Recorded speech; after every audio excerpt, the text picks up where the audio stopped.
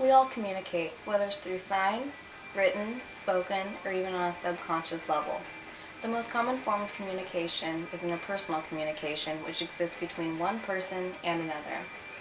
In healthcare, many Americans feel that their doctor simply isn't listening to them. One example that's near and dear of this to my heart is when my grandmother was diagnosed with breast cancer in 1998 after several months of telling her doctors that she thought something was wrong. They blew it off or simply didn't listen to her like they should have. And if they would have, she might be alive today to be able to tell a story of how the doctor saved her life. Luckily, we can improve interpersonal communication, especially between a physician and their patient, using three basic models. The first is a stakeholders model, second is a medical home, which is also called the patient-centered model, and then third is a relationship-centered model. According to the stakeholders model, there are restraining forces that exist on each level that can prevent good collaboration, or in this case, communication. This is saying that the interpersonal level and the team or the groups also affect the interpersonal. Communication can be improved on the intrapersonal with either the physician or the patient by getting to know yourself a lot better. For example, a patient who's in fear or is scared to tell the doctor of all their symptoms won't share all the information that's necessary to make a good diagnosis. And just like that, a physician also who's less satisfied with their job or who's stressed out won't be listening as effectively as they should to their patient.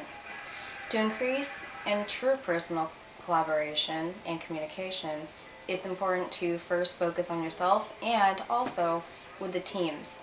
Physicians who work in teams not only decrease their level of stress, but they also collaborate and use two heads rather than one, which will also help the physician and the doctor be able to speak clearly and practice good communication.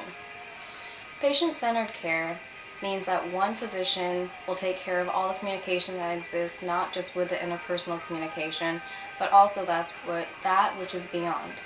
They'll deal with more of the insurance, and this will take place over a longer span. This not only improves the communication between the patient and the doctor, but it also builds a continuous and comprehensive relationship as well as the trust between the two.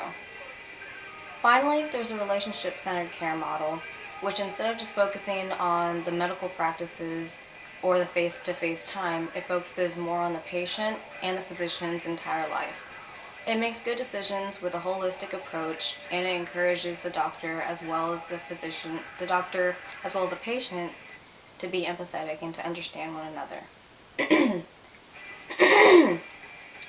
The most important thing to take away from this is to just be able to learn about yourself and to be able to collaborate with others to simplify the communication that exists on an everyday basis.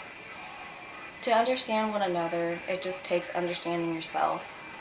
And you need to be honest with your doctor if you're a patient, and if you're a physician, you need to be able to put yourself in the patient's shoes. Thank you.